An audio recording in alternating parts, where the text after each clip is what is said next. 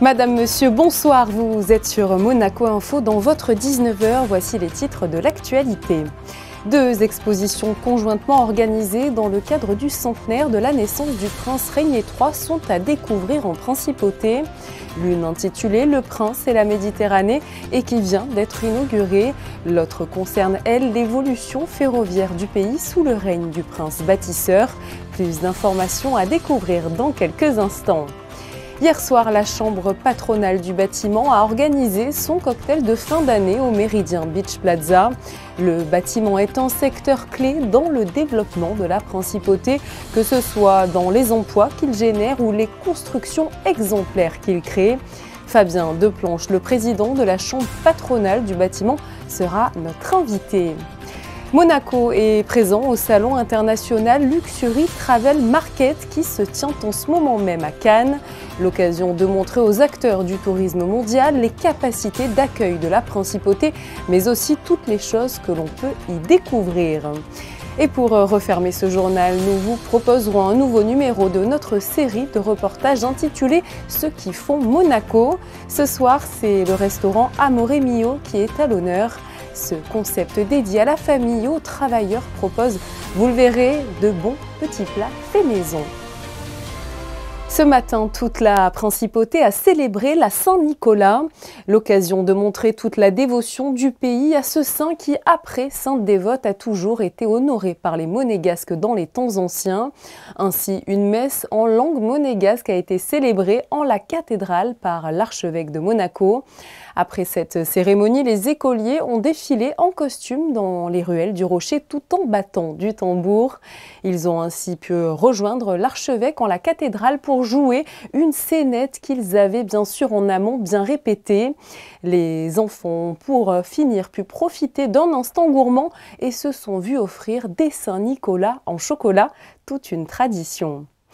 Dans le cadre des commémorations du centenaire de la naissance du prince Régnier III, le musée océanographique présente sa nouvelle exposition permanente intitulée « Le prince et la Méditerranée », comme vous l'explique Vanessa Dessy sur des images de Sylvain Péroumal.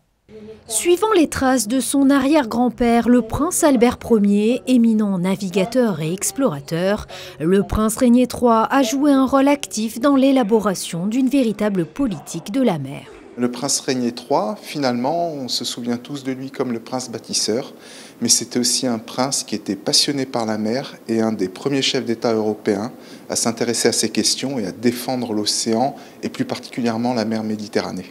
Les accords internationaux qu'il a créés dans les années 70, comme Ramoche par exemple, un des premiers accords avec 3 États, un accord de coopération locale, est encore en vigueur et encore très vivant. Même chose pour Pélagos. Et puis le prince Régnier III a aussi été un des premiers à vouloir créer une aire marine protégée. Et elle est toujours visible au Larvoto. Les visiteurs pourront embarquer à bord du bateau Deo Juvante II. Guidés par la voix de la princesse Stéphanie, ils navigueront à travers 4 espaces intimistes, évoquant successivement les différentes facettes du prince Régnier III. Le premier espace correspond à une évocation de son salon et on va trouver dedans des photos de famille, des photos plutôt intimes pour découvrir l'homme. Le prince Régnier III était un navigateur, était aussi un plongeur, un grand plongeur. Donc c'est cet aspect-là de ce prince que nous avons voulu faire découvrir.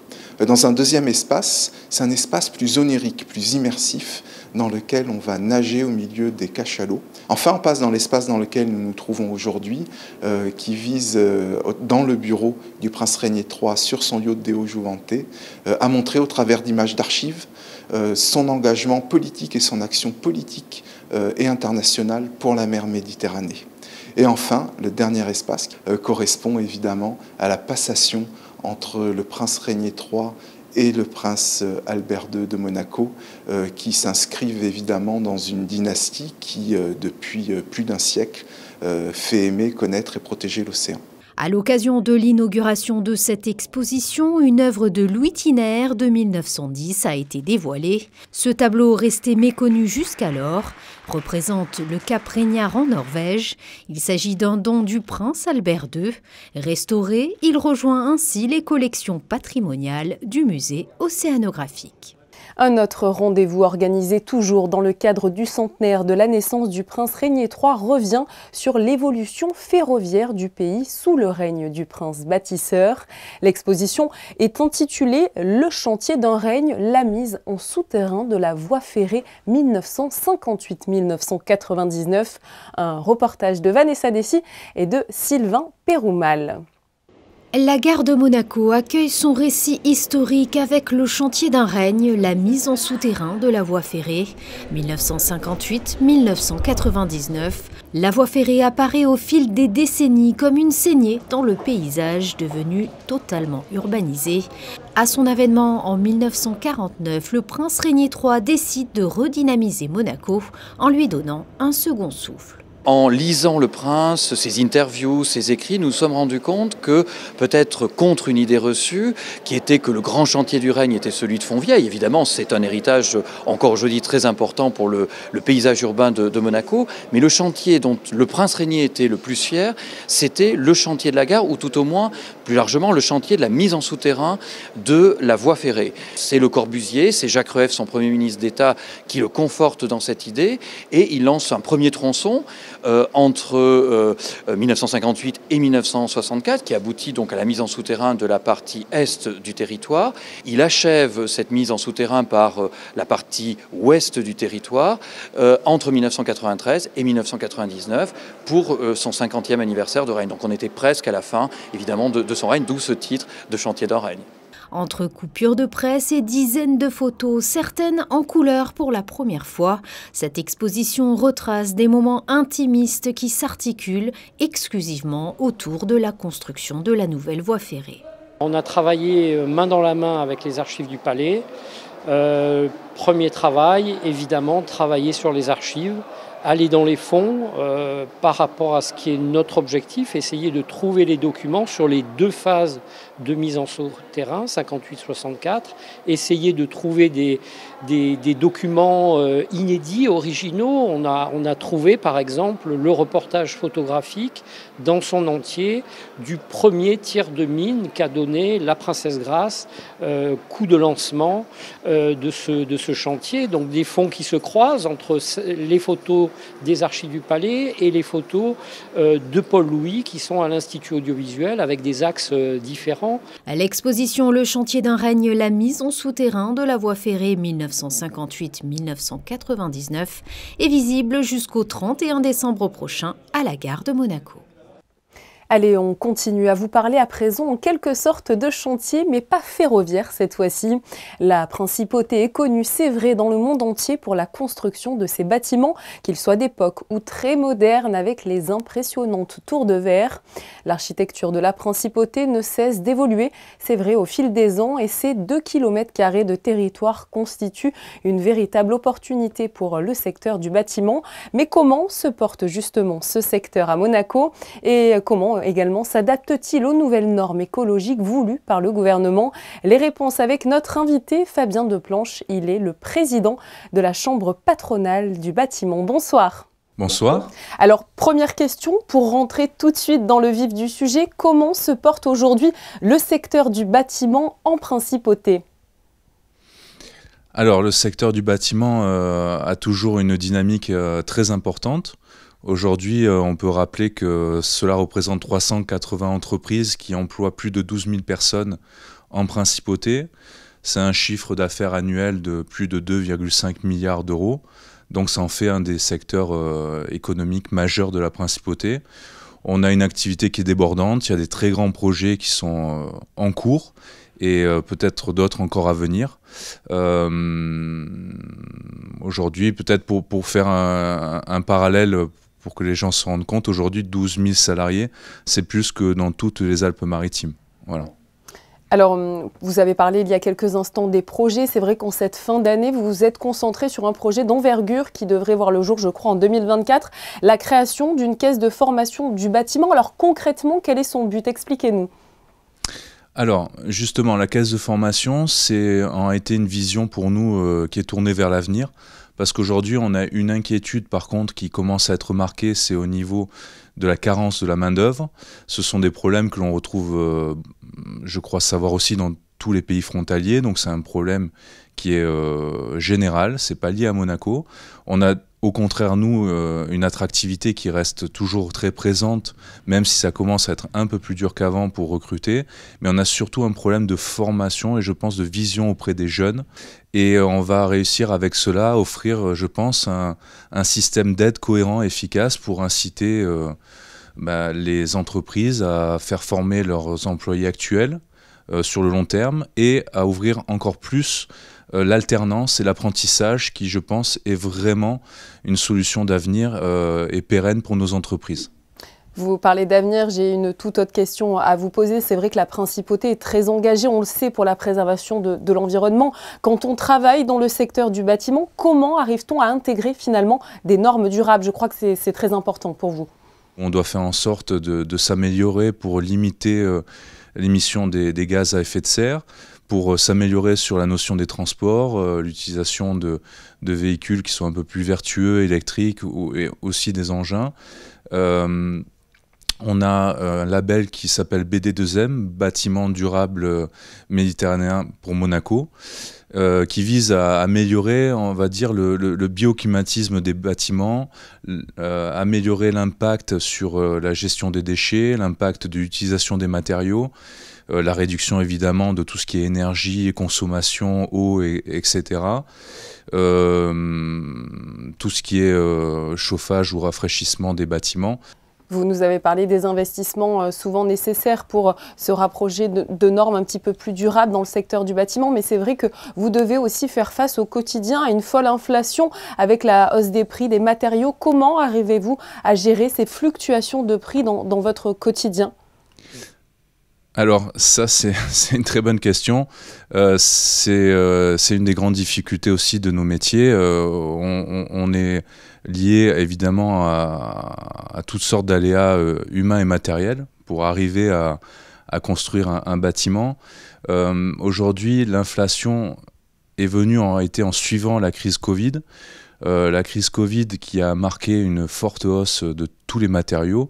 Je l'avais déjà fait remarquer à l'époque et on en était très inquiets, on avait alerté même le gouvernement et tous les donneurs d'ordre avaient été alertés à ce sujet. Pour donner deux chiffres, autrement je pourrais vous en parler très longuement, par exemple les aciers en 2021 avaient pris plus de 150%. Et en 2022, au premier trimestre, plus de 30%. Le bois avait pris plus de 300%. Donc voilà, ce sont des hausses qui ne sont pas anodines, donc qui ont mis en difficulté certaines entreprises qui n'avaient pas des marchés révisables. Donc là-dessus, ça a été déjà un premier impact. Après, il a fallu réactualiser les salaires pour suivre la hausse du coût de la vie, qui a été vraiment impactée par une inflation énorme. Dernière question, Monsieur Deplange, on se projette évidemment d'ores et déjà en 2024, dont on a déjà parlé dans notre entretien, mais quelles sont concrètement, selon vous, les perspectives de ce secteur à court terme en principauté ?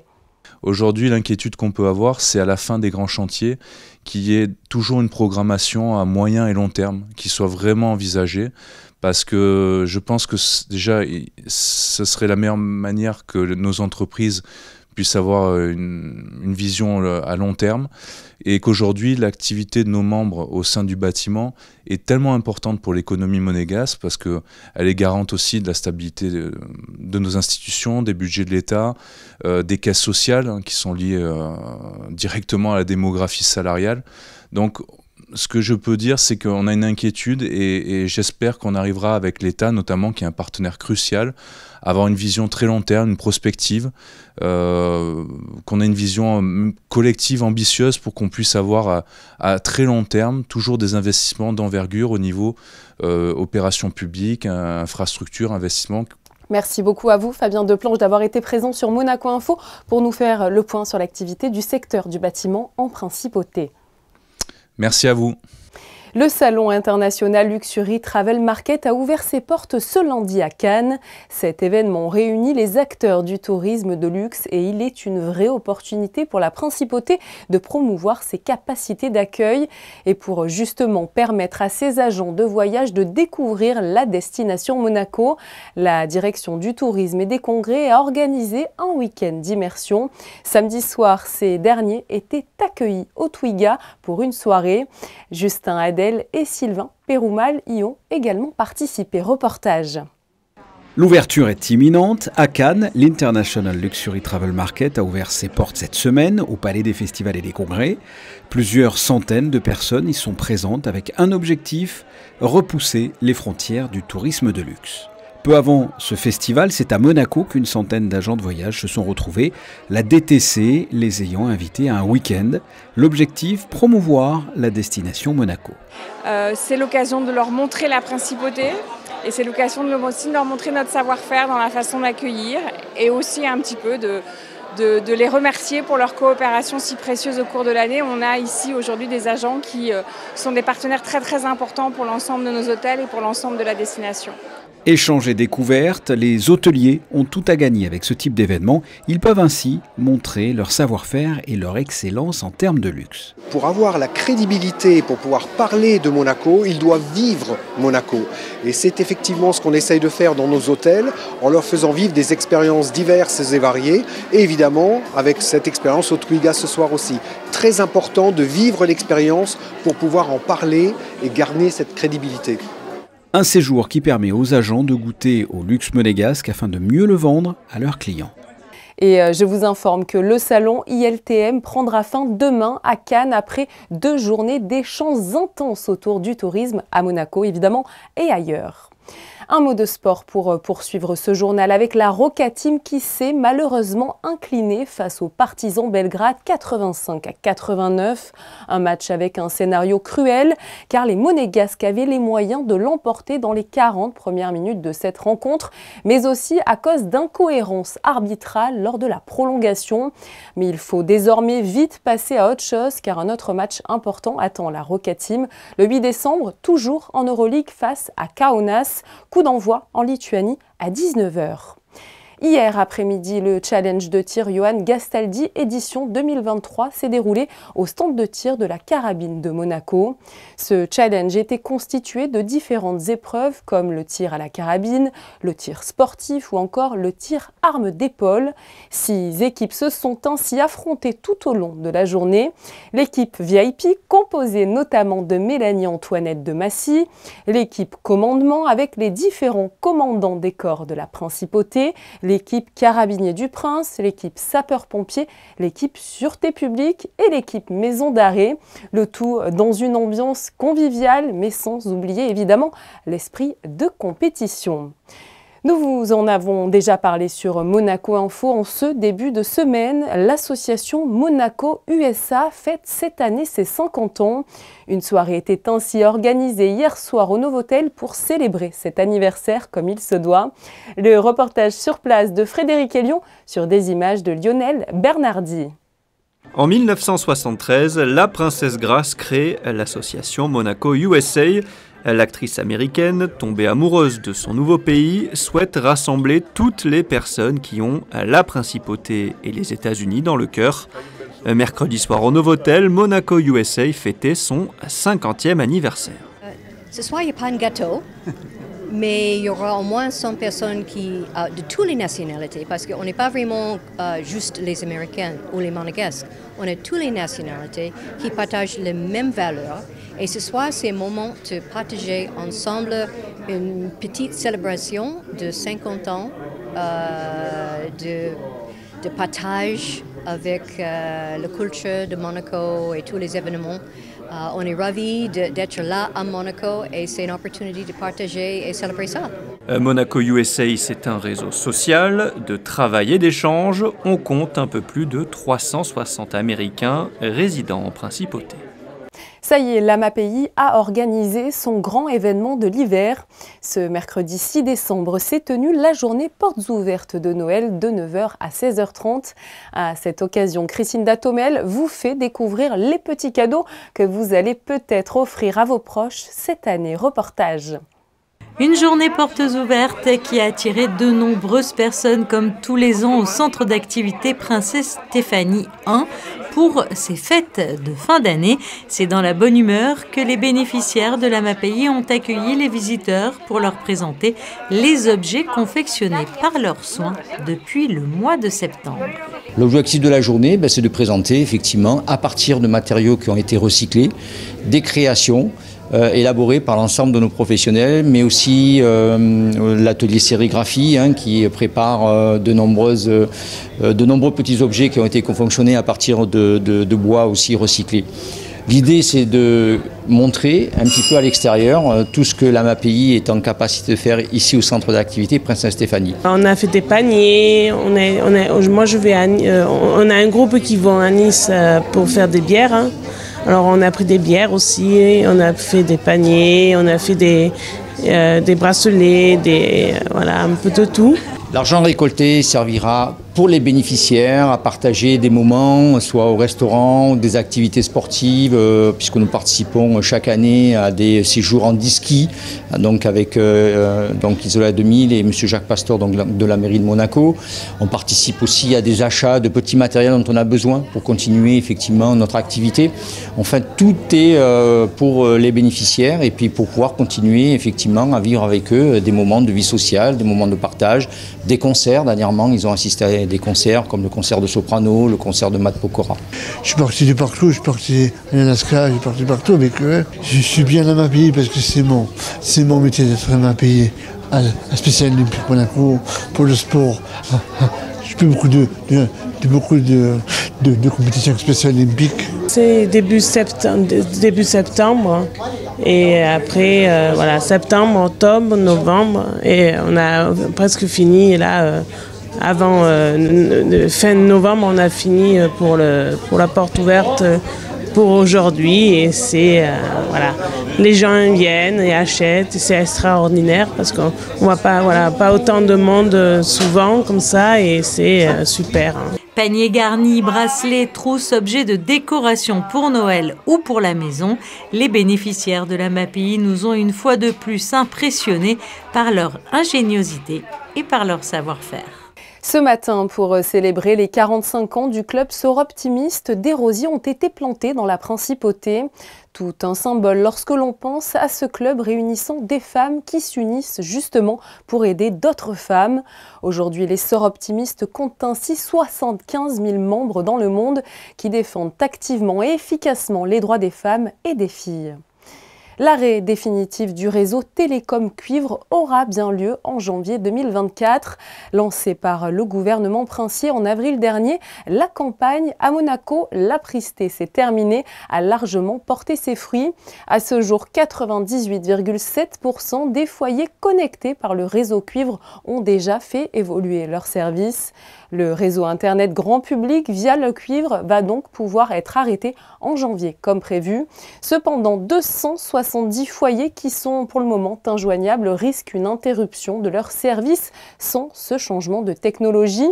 Alors pour ces derniers, il s'agit de vite contacter Monaco Télécom pour éviter évidemment la coupure Internet lors de l'arrêt définitif du cuivre en janvier, comme je vous le disais. Les équipes de Monaco Télécom sont à votre disposition si vous êtes évidemment concernés, soit en boutique, soit par téléphone au 99 66 33 00. Ceux qui font Monaco, c'est votre chronique proposée par Crisinda Thomel dans laquelle elle vous fait découvrir des endroits clés de la Principauté. Ce soir, focus sur un restaurant apprécié pour sa simplicité et ses produits faits maison. Crisinda. Et oui, après le Bella Vita et le Jack, deux établissements bien connus en Principauté, un nouveau-né, si on peut dire ainsi, il est pourtant né il y a quelques années de cela, Amor Emilio. Qui ne connaît pas ou qui n'est pas déjà venu chercher un sandwich ici? Alors comment est née toute cette histoire? La réponse avec son gérant.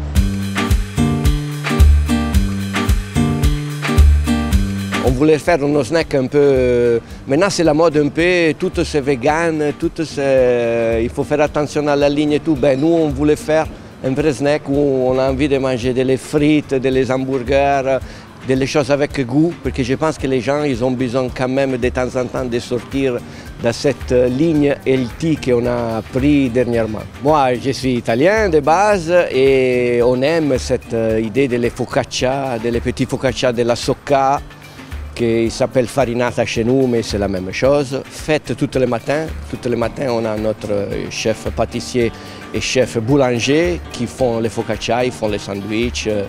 Tous les matins, on repart de zéro, j'aime dire moi. On a une partie des produits qui arrive de l'Italie, une partie qui arrive de la France. Je trouve qu'il y a, surtout pour les fruits, les légumes et une partie de la viande, la France c'est mieux que l'Italie. À part la glace, qu'on ne fait pas nous, tout le reste où on arrive à faire, on fait nous. On a un staff, un bon staff qui aime faire ce qu'il aime. On cherche les recettes des grands-mères pour faire la tarte verte, pour faire les focacce farcies, et on aime ça. On fait plein de formules. On a des formules salades, des formules pâtes, des formules Pokéball, que même là on s'est rapproché parce que c'est la mode, avec les desserts et les plats et la boisson, ok avec la boisson. Et puis sachez que Amore Mio vous livre également sur votre lieu de travail ou à votre domicile.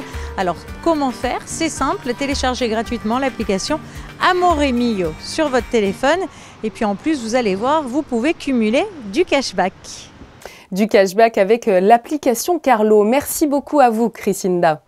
Je vous propose un point sur vos prévisions météo avant de refermer ce journal, et c'est avec Vanessa Dessy. Bonsoir.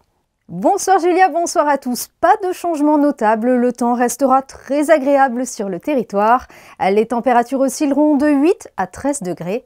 Le soleil se lèvera à 7h48 et se couchera à 16h55 et nous fêterons les Ambroises. Je vous en parlais en ce début de journal. La Saint-Nicolas s'est tenue ce matin en Principauté. Elle a largement été célébrée dans tout le pays et particulièrement par les enfants, le tout accompagné de chocolat et de leur sourire. Les photos de ce soir sont signées Stéphane Dana. Il est l'heure pour moi de refermer cette édition. Merci comme toujours pour votre fidélité. Je vous souhaite de passer une très belle soirée sur Monaco Info et je vous dis à demain.